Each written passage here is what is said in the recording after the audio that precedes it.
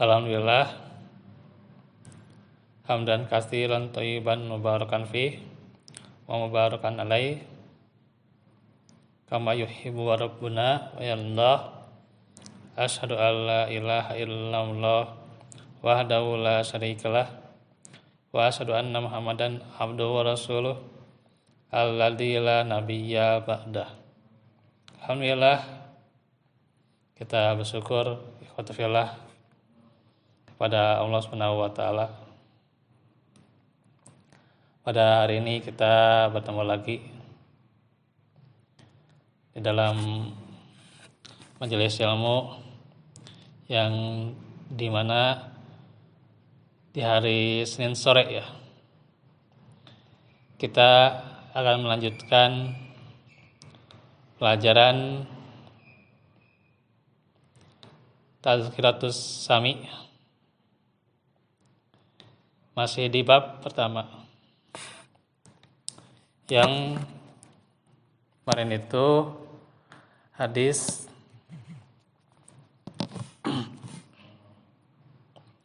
seputar keutamaan ilmu dan ahli ilmu.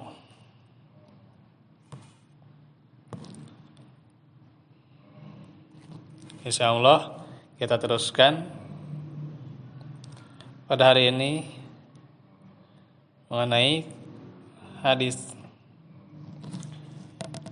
yang tentunya sudah tidak asing buat kita.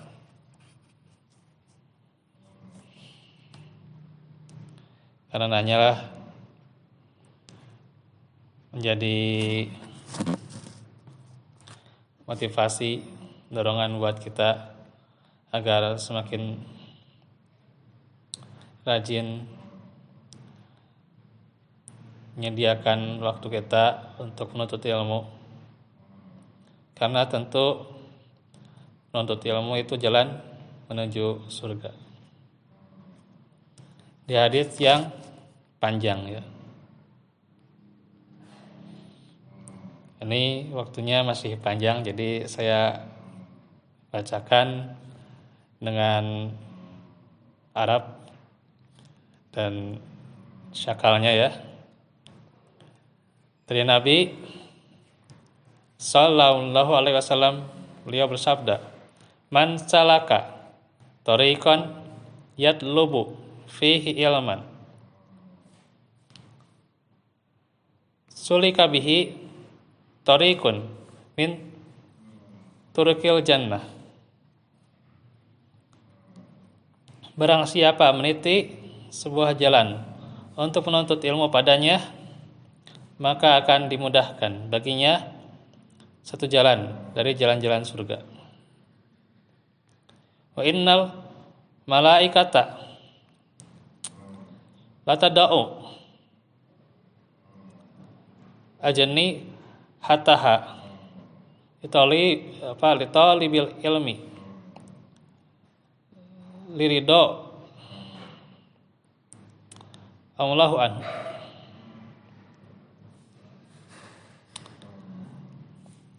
Dan sungguhnya malaikat itu meletakkan sayap-sayap mereka untuk menuntut ilmu, karena Allah meridhoinya. Wa innal alima yastaghfiru lahu man fis samawati wa man fil ardi hatta al hitanu fi jawfil ma'i. Dan sungguhnya ulama akan dimintakan ampunan oleh siapa yang ada di langit dan di bumi, termasuk ikan di dalam lautan. Wa inna fadlal alimi alal abidi kafadlil qamari lailatal badri ala sairil kawakib. Wa innal ulama'a warasatul anbiya'i wa innal anbiya'a lam yuwarrithu dinaron wala dirhaman wa innama war war rasul ilma faman akhadha bihadzin wafirin. Dan sungguhnya keutamaan seorang ulama dibandingkan ahli ibadah adalah seperti keunggulan rembulan di malam purnama dibandingkan bintang-bintang lainnya. Dan sungguhnya para ulama adalah para pewaris nabi-nabi. Dan sungguhnya nabi-nabi tidak mewariskan dinar dan dirham, akan tetapi mereka mewariskan ilmu. Maka barang siapa mengambilnya, dia mengambil bagian yang melimpah. Diriwayatkan oleh Abu Daud, juga Tirmizi, Ibnu Majah. Saya punya penjelasan sebenarnya agak panjang juga tentang hadis ini ya di blog ya. Ini mohon doanya ikhwatifillah supaya bisa aktif lagi ya. Karena memang memori HP saya kepenuhan ya. Nah, insyaallah kalau mau mengecek itu ada ya. Cuma saya lupa lagi ya. Kalau nggak salah itu sebab-sebab pertolongan Allah dalam hadis ya. Bisa dicek ya. Query-nya itu ya. Jadi ini luar biasa nih hadis yang menerangkan kepada kita keutamaan menuntut ilmu sebagai jalan menuju surga dan apa? Banyak diantaranya keutamaan-keutamaan yang lainnya ya. Seperti diantaranya malaikat meletakkan sayap-sayap mereka untuk penuntut ilmu ya. Terus juga dimintakan ampunan Allah oleh siapa yang ada di langit dan di bumi. Termasuk ikan juga memintakan ampunan. Dan sesungguhnya keutamaan ulama apa? Dibandingkan ahli ibadah seperti keunggulan rembulan di malam purnama dibandingkan bintang-bintang lainnya. Dan juga ulama itu pewaris para nabi ya. Nah itu Nabi tidak mewariskan ya, para nabi itu tidak mewariskan harta ya, baik dinar maupun dirham, akan tetapi mereka mewariskan ilmu. Tentunya kalau kita mengambil ilmu itu atau mencari ilmu itu, menuntut ilmu itu tentunya sudah mendapatkan bagian yang melimpah itu. Melimpah tidak? Ikhwatu fillah. Apa yang disebutkan dalam hadis ini ya, sudah cukup belum untuk kita sebagai kabar gembira untuk para penuntut ilmu? Cukup satu hadis saja ini sudah kabar gembira yang luar biasa buat para penuntut ilmu dan para ahlinya ya. Ini hadis yang luar biasa. Membandingkan mobil Mercedes atau membandingkan Lamborghini tahun ayana atas berapa itu? Dari opat ya. Keluaran berapa yang terbaru itu ya? Itu. Ini hadis lebih tinggi daripada mobil, Pak. Iya, Pak. Ini hadis lebih tinggi daripada motor, ya. Lebih tinggi daripada rumah, ya. Karena ini segala-galanya itu disebutkan dalam hadis ini. Nah itu.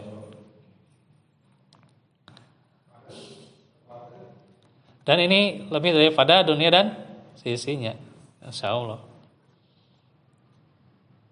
Ada satu ibadah yang lebih dari dunia dan sisinya, yaitu sholat rawatib. Itu sholat apa, Pak? Qobliyah subuh. Ya. Qobliyah subuh juga harus berdasarkan ilmu. Kalau qobliyah subuhnya berdasarkan ilmu, dia dapat. Tapi kalau qobliyah subuhnya tidak berdasarkan ilmu, ya bisa jadi tidak diterima, tidak dapat yang lebih baik dari dunia dan seisinya. Tuh. Makanya ketika ada ulama yang bilang, ya ulama salaf, yaitu bertanya kepada anaknya, "Nak, kamu mau ratusan mobil ini enggak?" gitu. Nah itu. Atau karena ini zaman dulu ya, ratusan kendaraan, ini enggak gitu. Kalau sekarang kan mobil ya gitu. Kata anaknya, iya mau gitu ya. Karena itu kata ulama ini, carilah dengan ada yang lebih baik daripada mobil-mobil ini. Apa? Qobliyah subuh. Ya. Sok kakantun tuh Pak, qobliyah subuh. Aduh ya. Ayo nanti subuh lebih 4:03 ya. Lebih 4:03, jadi harusnya keburu kalau orang yang kadang kebelup misalnya baru 4:30 bangun itu ya, keburu Pak. Kan lebih 4:03. Bahkan dia keburu untuk witir dulu lah sebentarnya, witir. Terus nanti ke masjid melaksanakan juga qobliyah subuh, keburu harusnya Pak. Keburunya gitu. Jam 5:50 aja itu keburu harusnya ya. Ya. Tapi aku ya keblok pisan gitunya. Dugi ka waktu ayeuna qobliyah subuh teu kaburu oge gitu nya. Aduh. Tapi masalah menuntut ilmunya lebih rajin tuh ya. Nah itu. Kembali lagi dalam bahasan hadis ini ya. Kira-kira pami sorga ya, dibandingkan sarang dunia dan seisinya, mending mana Pak? Mending sorga. Nah, tapi nah itu marales gitu. Ngaji teh marales gitunya. Enak hajar sabaraha ieu teh. Kalau di masjid saya pribadi juga itu yang di dekat rumah tidak lebih daripada 10 Pak. Kalaupun tidak lebih daripada 10 nya tidak lebih daripada 5 orang gitu ya. 5 orang gitu ya. Tapi dah sadaya menjawab, semua pasti ingin surga. Surga lebih baik daripada dunia dan sisinya. Tapi kenapa yang dicari dunia? Kajabah butuh. Eta jawabanna teh gitu. Kan tidak selalu mencari dunia itu ya. Berakwe gitu dari pagi sampai malam, dari bangun tidur sampai tidur lagi mencari dunia terus, kan enggak ya. Kan ada waktunya buat ngaji. Kajian ini kan seberapa menit kan? Setengah jam paling lah ya. Kalau paling lama itu setengah jam. Kadang saya juga ini 20 menit ya. Nggak lama-lama. Bisa dicek tuh video Arisalah gitunya. Rata-rata berapa menit Pak? Kan 20 menitan ya. Telam gitu ya. Setengah jam gente gitunya. Ya. Tapi orang buat ngaji, buat menuntut ilmu, udah malas lah gitunya. Ngajinya tentang naon enak gitu. Ngaji hadis gitulah. Bisa baca sakalna lieur, rieut gitunya, puyeng gitu. Saya mah tidak minat baca hadis gitunya. Padahal teteh jalan ke mana Pak? Ke surga, insyaallah. Jalan ke surga. Mau dituntut. Oke, kudu tiasa baca kitab. Mau dituntut, sok. Enggak akan ya. Bade ngandangkeun oge syukur Pak. Ya. Tenang tuh ya. Sok. Ngandangkeun bari tunduh-tunduh gitunya. Bari WA-an gitu naon saya masuk santai lah ngaji mah Pak. Bari yang WA gitu. Bahkan aya nu saya ngaji ya fokusna main game. Tenang sok. Tenang. Asal fokus ngajina oge gitu nya. Ai main game tuh fokus ngajina kumaha tuh nya. Tidak akan mendapatkan faedah namanya gitu. Nah itu. Jadi ini kalau hadis ini dibahas ya luar biasa nih ya. Malah cukup saja mual Pak. Panjang pisan Pak. Panjang pisan. Per kalimatnya dibahas ya. Karena ini keutamaan yang luar biasa dan sungguh keutamaan yang tak terhingga oleh kita. Ya, mau dihitung juga tidak akan sampai keutamaan ini ya. Soalnya bukan surga saja, tadi kan sudah diutamakan juga buat para ahli ilmu kan banyak tuh, luar biasa nih. Ya. Dan saya paling mengutarakan apa yang dalam kitab ini aja ya. Jadi ini sebagai motivasi. Kalau nanti misalnya ada waktu lain ya untuk kita bahas lebih panjang, lebih global, mantap Pak. Insya Allah ya, mudah-mudahan nih Pak ya DKM-nya bisa mantap mengadakan waktu ini gitu ya. Karena tentunya ya kalau dengan waktu setengah jam atau bahkan 20 menit gak akan cukup ya.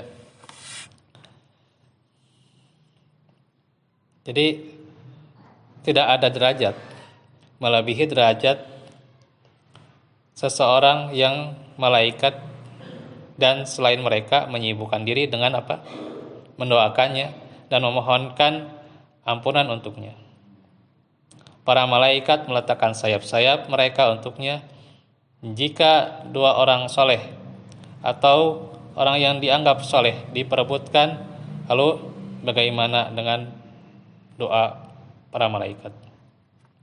Biasa nih Pak. Ini dikatakan oleh penulis ya. Ini panjang sebenarnya Pak. Tapi saya nanti bisa bahas di kesempatan yang lain ya.